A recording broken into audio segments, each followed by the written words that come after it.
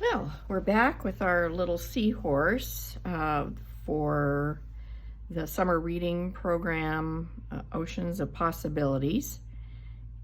A little seahorse that we did in watercolor. And in the first video, I said that we would let it dry and then we would come back and do some other things. So the other things that I would like to show you are how you can glaze over your painting once it's completely dry and how that works. So one thing that I'd like to alter a little bit on my painting is this fin here, because it's a little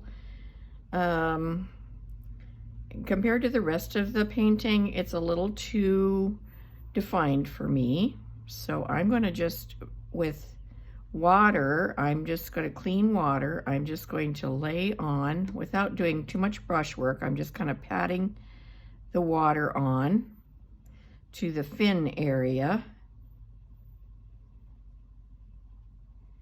And then I'm going to, you'll notice that some of the color is going to soften up a little bit and spread to some of the other areas, which is part of what I wanted. I didn't want it to look quite so stark. And once I get this all patted on here, now I can kind of give it a little bit of a look of a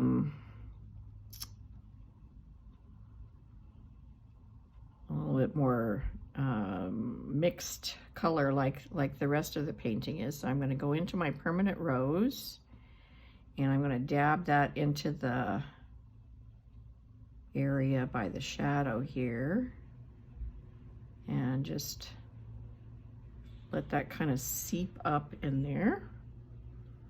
And I'm going to get a pretty dry, I'm going to kind of wipe out some of the water on my paper towel and get into some of this Winsor blue green shade, and I'm going to dab it in just below where these, to give these a little bit of a shadow in here. You can see it's already doing it a little bit, but I just want to enhance that a little bit.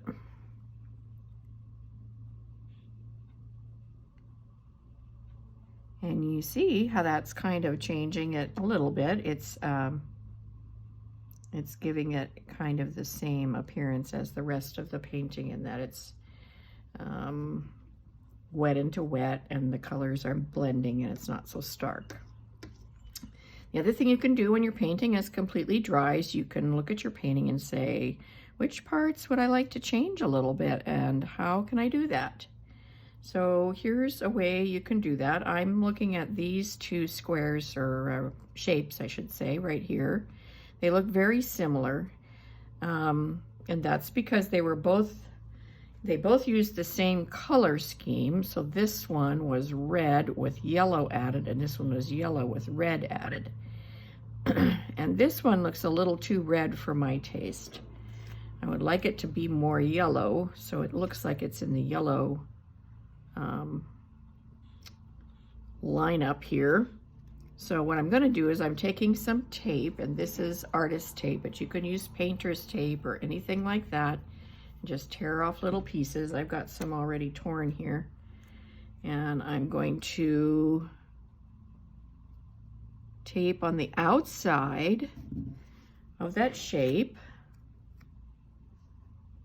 like so, so that when I take I'm going to tear this piece in half and put half of it on this side. And so I've kind of created a little mask all the way around this shape. Then I'm going to take a little bit of my magic eraser, and this sheet was a nice rectangle, but as you can see, I've used some of it already, and I'm going to just tear off a little piece like that.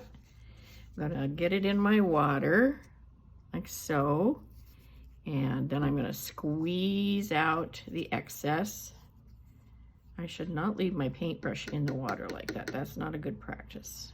It doesn't, then it bends the brush. Don't do that. Okay, and then I'm just gonna gently wipe on here and take out some of that red. See how that worked? Okay. And I could get that back to almost white, almost the color of the paper if I worked at it enough. So now I'm going to go in and I'm going to add some yellow to that area. Okay. And now I think I have the look that I'm going for. So I'm going to pull off the tape, and you can see that it protected my borders and didn't let the water escape or the paint escape beyond the borders. And now you can see that this is my yellow line and this is my red line. And this is making a nice little mush in there on the fin, and I like it better. This isn't to say that you would like it better. These are just some things you can do when you're looking at your painting. And now I thought we'd have a little fun, and I'll show you a few other techniques. This is a piece of coral that I've drawn on here, and I'm just going to wet it with water like we did on the other things, on the other parts.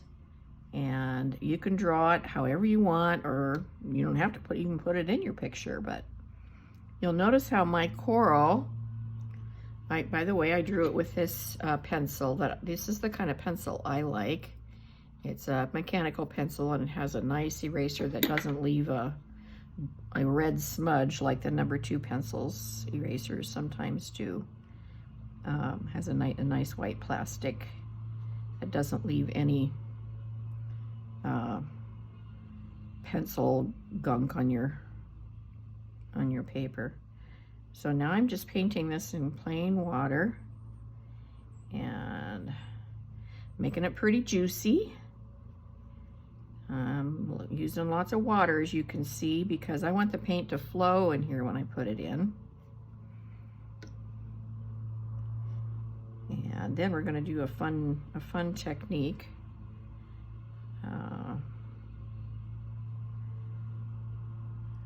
With salt. And you know that seahorses live in salt water, right? So that's a little added oceans of possibility tie-in right there.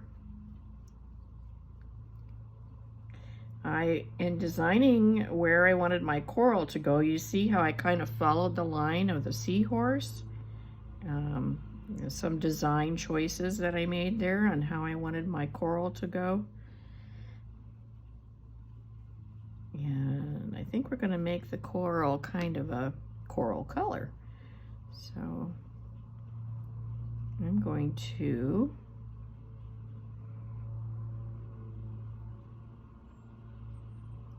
and you got to make sure when you get all of this done that it didn't dry out up here where you started.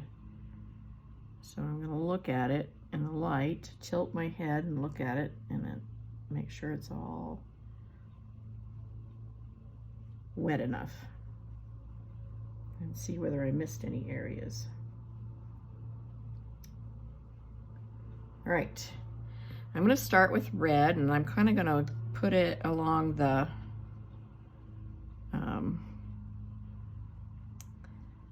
edges as though I'm drawing. And I'm just going to start here, and I'm going to flow it right around like that.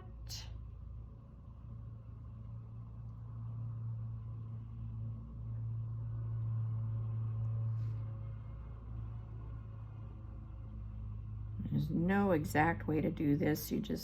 We're just playing now, having a little bit of fun with our paint. All right, I'm going to start on the other edge, but notice how it's pulling up in there. Isn't that cool? I just love to watch watercolor work.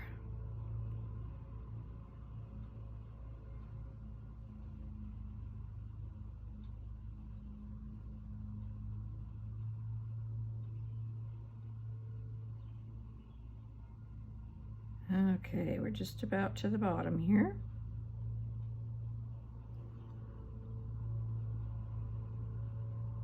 gonna touch some on these little knobs that I didn't get so well.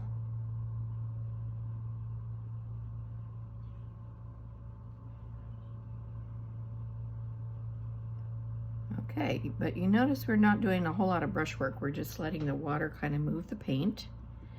Now I'm going to clean out my brush. So I don't want to get the red into my yellow paint. And I'm going to go into the yellow, and I'm going to get a whole lot of yellow on my brush because yellow is not as strong as red. It's the least strong color of these three on my palette. So I've got lots of yellow in there, and I'm going to go down and dab it in to the center of my, I'll get to these little knobby parts, but I want to go where there's no red first so that I can keep my yellow paint pretty clean. See how that makes it look like it's 3D kind of? Because red is playing the part of the shadow color. Since there's no blue in here yet, we might add some blue.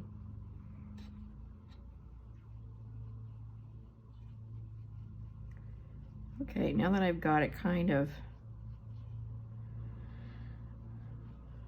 put in there in a first go, I'm gonna get it some more yellow on my brush here, and I'm going to run it down these little, but I didn't want to do this first because it's going to make my brush kind of orangey.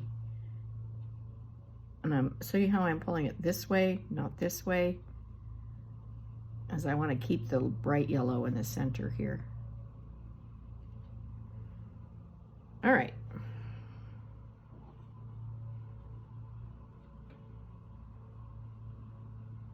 Well, I like the way that looks already. Now what we're going to do is we're going to take this sea salt, and it's in a grinder, and that's how we're going to apply the salt to this this coral. So here we go. Tip it over, and then we grind.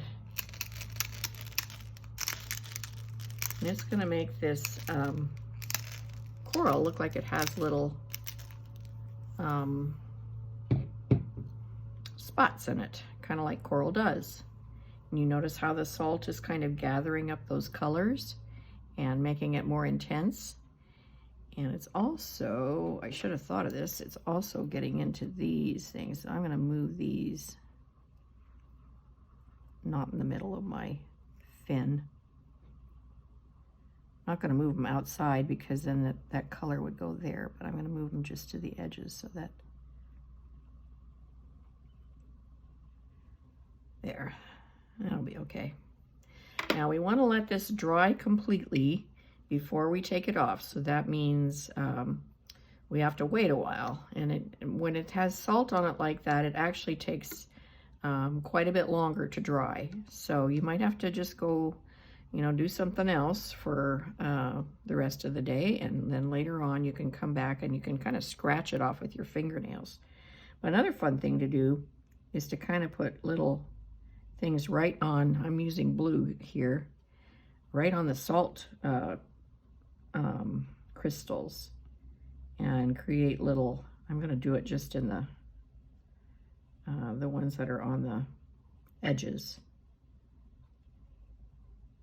At least with the blue, it might be kind of fun to do it with the red on the inside part. And it's going to make it just look kind of fun and funky. Look at that, isn't that fun?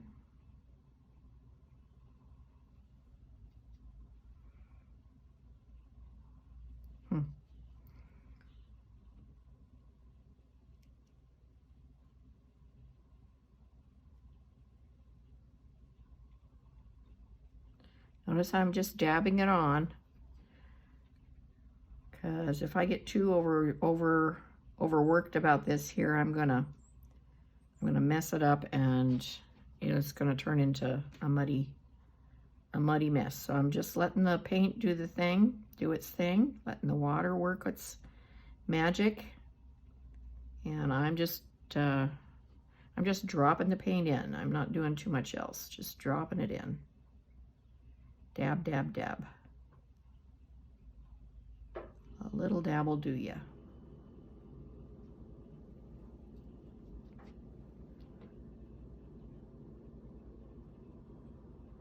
All right. That's kind of cool, don't you think? All right, now we could, if we wanted to, we could go back and selectively add a little, I'm not going to overdo it here though, a little red to these. I'm still going to leave the yellow highlight in the middle.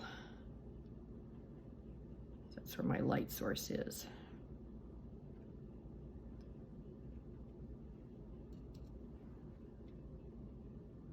Ooh, that was a strong one right there.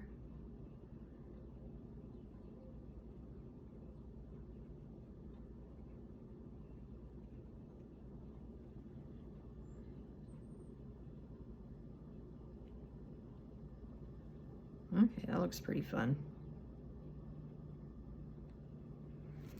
All right, and we're gonna let it dry. I've got a couple of other things over here that you can try. So, let's see if we can make a bit of seaweed here. I'm gonna paint this wet on dry. I'm gonna use some lines like that.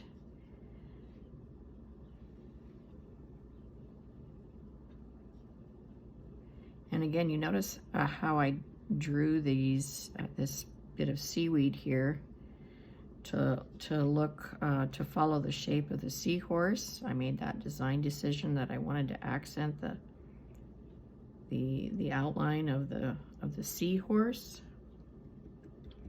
And I'm gonna clean off my brush. I'm gonna get into my yellow. And I'm gonna run that down there.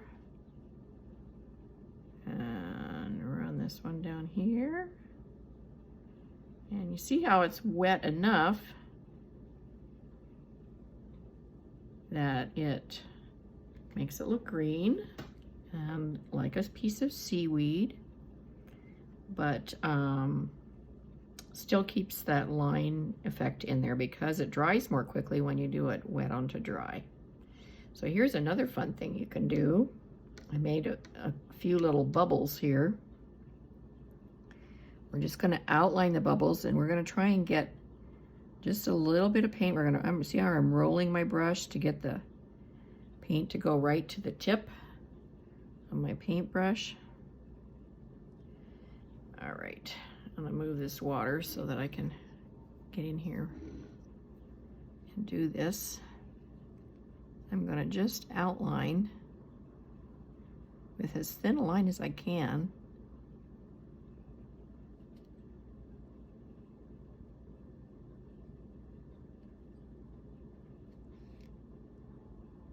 My little bubbles here.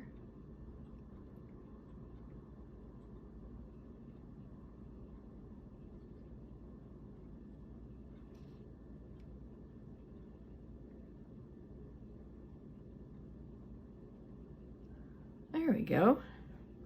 And then if I clean off my brush and just with plain water,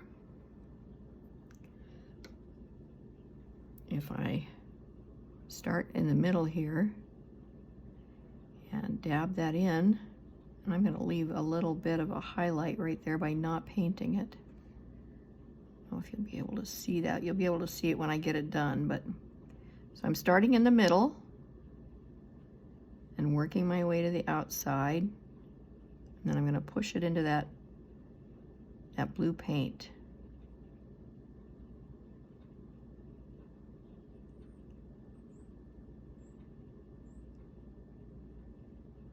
And so it's going to be a more concentrated blue on the outside and less concentrated on the inside. It's going to kind of make it look like it's a little bubble. All right, try it again on here. The smaller it gets, the harder it is, of course. So you might want to make your bubbles a little bigger. And that one I'm just going to dab in like that. So there you go. Those are a few things you can do. I'm just looking here thinking I might want to go in and put a little bit more blue right along this line right here.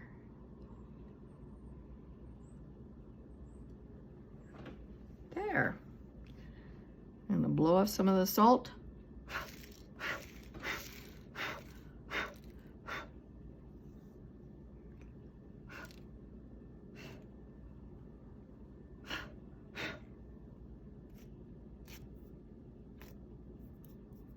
And there's our finished painting, and it'll look a lot different even more so when it's completely dry. So that was a really fun project, and just goes to show you all the oceans of possibility that there are out there.